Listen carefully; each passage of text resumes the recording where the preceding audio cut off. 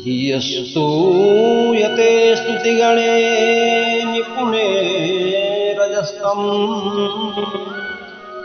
सम्पूज्यते कृतगते प्रियते क्रियाभिः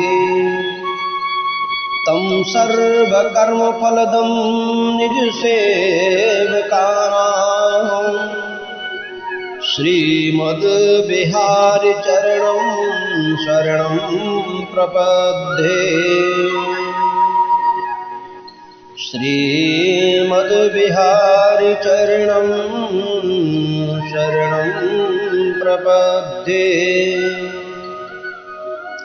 अंगम हरे पुलकभूषणमाश्रयन्ति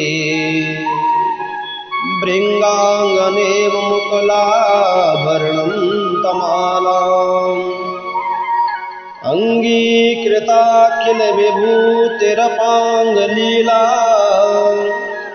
माङ्गल्यदास्तु मङ्गलदेवताया।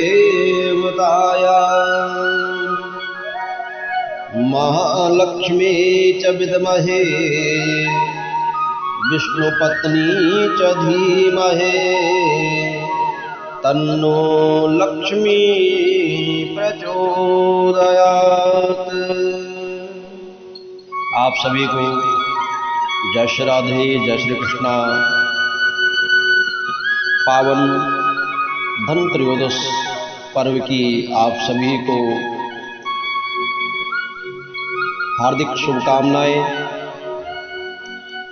सभी के जीवन में माँ लक्ष्मी की अपार कृपा सदैव बनी रहे, खूब धन संपदा जीवन में आए।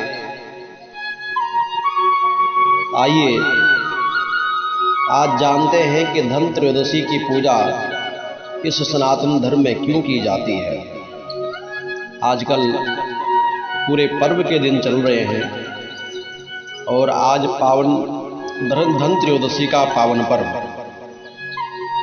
उत्तरी भारत में बड़ी धूमधाम से मनाए जाने वाला ये पावन पर्व, जो कि कार्तिक मास की कृष्ण पक्ष की त्रयोदशी के दिन मनाया जाता है।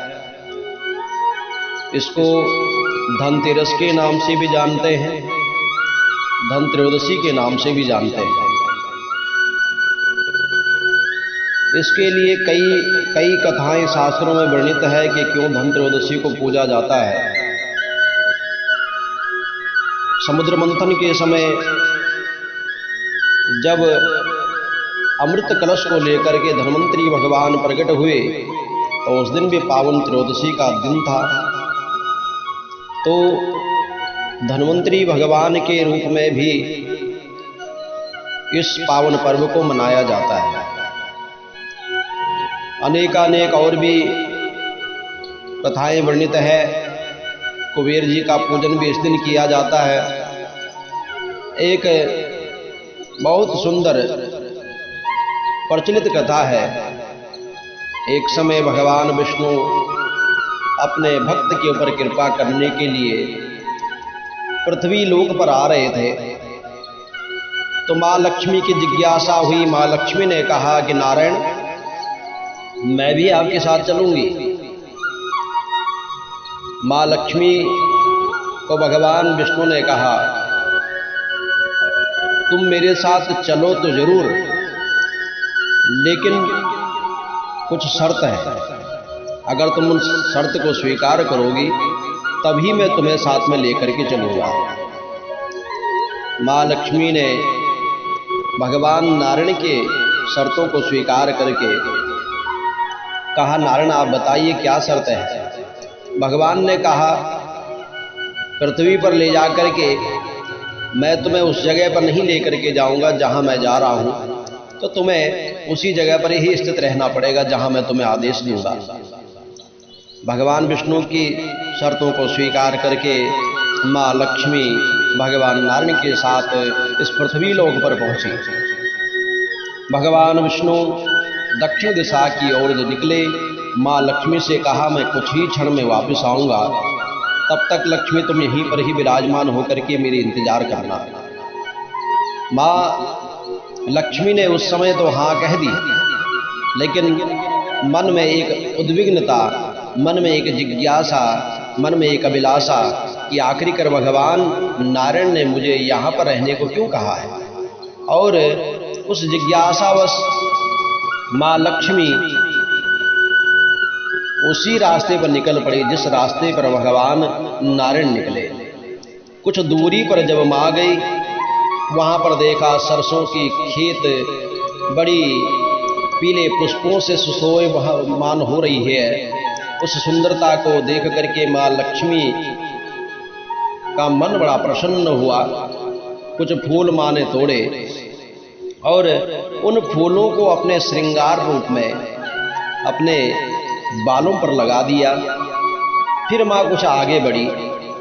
आगे जैसे ही बढ़ी तो आगे देखी गन्ने की खेती लहरा रही है, हरे भरे गन्ने। माँ लक्ष्मी ने एक गन्ना तोड़ा और उस गन्ने को चूसना शुरू कर दिया। जैसे ही माँ उस गन्ने को चूस रही थी, इतने में भगवान विष्णु पहुंच गए। भगवान विष्णु ने कहा, लक्ष्मी, मैंने तुम्हें वहां रुकने को कहा था, तो तुम इस रास्ते पर क्यों आई? माँ लक्ष्मी ने कहा, नारायण, मेरे से नहीं रहा गया, मन में जिज्ञासा थी इसलिए मैं आ गई। भगवान विष्णु ने कहा, एक तो तुमने मेरे कहने की अवहेलना की है, और दूसरा किसान के खेत से तुमने ये गन्ना चुराया है, इसलिए इसका जो अपराध है उसकी सजा तुम्हें भोगनी पड़ेगी। भगवान नारायण ने कहा कि इस किसान के यहाँ 12 वर्ष तक सेवा करो, तब तुम्हारी ये जो चोरी है इसका अपराध समाप्त होगा। माँ लक्ष्मी ने भगवान नारायण की वो बात स्वीकार करके और उस गरीब किसान के घर माँ रहने लग गई। एक दिन लक्ष्मी जी ने उस किसान की पत्नी से कहा कि तुम स्नान करके और मेरे द्वारा बनाई गई इस देवी, जो माँ लक्ष्मी ने मिट्टी के द्वारा बनाई थी, इस देवी का पूजन करो और फिर रसोई बनाना, तब तुम जो मांगोगी वही मिलेगा। किसान की पत्नी ने माँ लक्ष्मी के कहे अनुसार ही सारा कार्य किया। उस पूजा के प्रभाव और लक्ष्मी की कृपा से किसान का घर दूसरे ही दिन अन्न धन से भरना प्रारंभ हो गया। रत्न आभूषण इत्यादि धीरे धीरे उस गरीब किसान के यहाँ परिपूर्णता से धनधान्य की वृद्धि होने लग गई। लक्ष्मी ने किसान को धनधान्य से पूर्ण कर दिया। किसान के 12 वर्ष बड़े आनंद के साथ व्यतीत हुए। फिर 12 वर्ष के बाद लक्ष्मी जी जाने के लिए तैयार हुई। विष्णु जी लक्ष्मी जी को लेने के लिए 12 वर्ष बाद आए, लेकिन किसान ने कहा, प्रभु, मैं माँ लक्ष्मी को अब नहीं भेजूंगा। भगवान विष्णु कहते हैं, भैया किसान, लक्ष्मी तो चंचला है, ये कहीं पर ठहरती ही नहीं है। ये कभी किसी के ऊपर कृपा बरसा देती तो कभी किसी को छोड़ करके चली जाती है। इसलिए तुम हट मत करो। ये तो मेरे श्राप के कारण, जो मैंने 12 वर्ष का श्राप दिया था तुम्हारी सेवा के लिए, वो उसको पूरा करने के लिए यहाँ पर थी। अब ये 12 वर्ष पूरे हो चुके हैं, अब तुम किसी भी प्रकार की हट ना करो। लेकिन किसान नहीं माना। द्वादशी का पावन दिन था। तब माँ लक्ष्मी ने उस किसान से कहा, किसान, तुम मुझे रोकना चाहते हो तो जैसा मैं कहती हूं वैसा ही तुम करो। कल त्रयोदशी का पावन दिन है। तुम कल घर को लीप पोत कर स्वच्छ करना, रात्रि में घी का दीपक जलाकर रखना, सायंकाल को विधिवत माँ लक्ष्मी का पावन पूजन करके दूध, दही, शहद, घी, शक्कर इत्यादि पंचोपचार षोडशोपचार पूजन करके और एक तांबे के कलश में कुछ रुपए भर के मेरे लिए रखना। मैं उस कलश में निवास करूंगी, किंतु पूजा के समय में तुम्हें दिखाई नहीं दूंगी। इस दिन की पूजा से पूरे वर्ष भर में मैं अदृश्य रूप में तुम्हारे घर में ही रहूंगी और खूब कृपा बरसाऊंगी। यह कहकर वह दीपकों के प्रकाश के साथ दसों दिशाओं में फैल गई। अगले दिन किसान ने लक्ष्मी जी के कहे अनुसार जिस भांति माँ लक्ष्मी ने विधि बताई थी उसके अनुसार पूजन किया। उसका घर धन धान्य से पूर्ण हो गया। इसी वजह से प्रतिवर्ष सनातन धर्म में धन त्रयोदशी का पावन पर्व मनाया जाता है। सभी सनातनी अपने घर में इस दिन कुछ न कुछ जरूर स्वर्ण चांदी इत्यादि धातुओं को घर में ला करके पूजन करते हैं या अन्य और सारी चीज़ों को माँ लक्ष्मी के प्रतीक रूप में ला करके माँ लक्ष्मी से विनती करते हैं कि माँ लक्ष्मी हमारा परिवार धन धान्य से परिपूर्ण रहे। और माँ लक्ष्मी अवश्य ही कृपा करती है।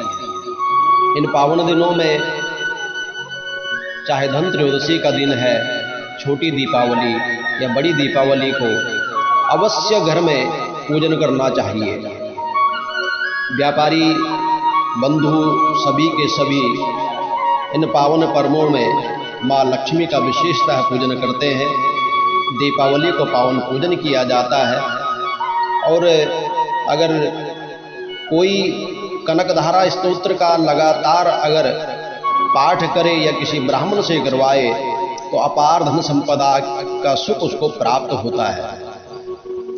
माँ लक्ष्मी से यही विनती करते हुए सभी के लिए पावन धन त्रयोदशी का ये पर्व आनंदमयी रहे। सबके जीवन में माँ लक्ष्मी की कृपा बनी रहे। सभी को जय श्री राधे, जय श्री कृष्णा। श्री राधा वल्लभ भागवत सेवा ट्रस्ट और मैं विजय शास्त्री आप सभी के जीवन को आनंदमयी, मंगलमयी, लक्ष्मीमयी बनाने के लिए भगवान लक्ष्मी नारायण से प्रार्थना करता हूँ कि सदैव आपके ऊपर कृपा बनी रहे। और सभी से निवेदन, इसी प्रकार की कथाओं को सुनने के लिए और ज्ञान की बातों को सुनने के लिए चैनल को सब्सक्राइब, लाइक, शेयर जरूर करें। पुनः जय श्री राधे, जय श्री कृष्णा।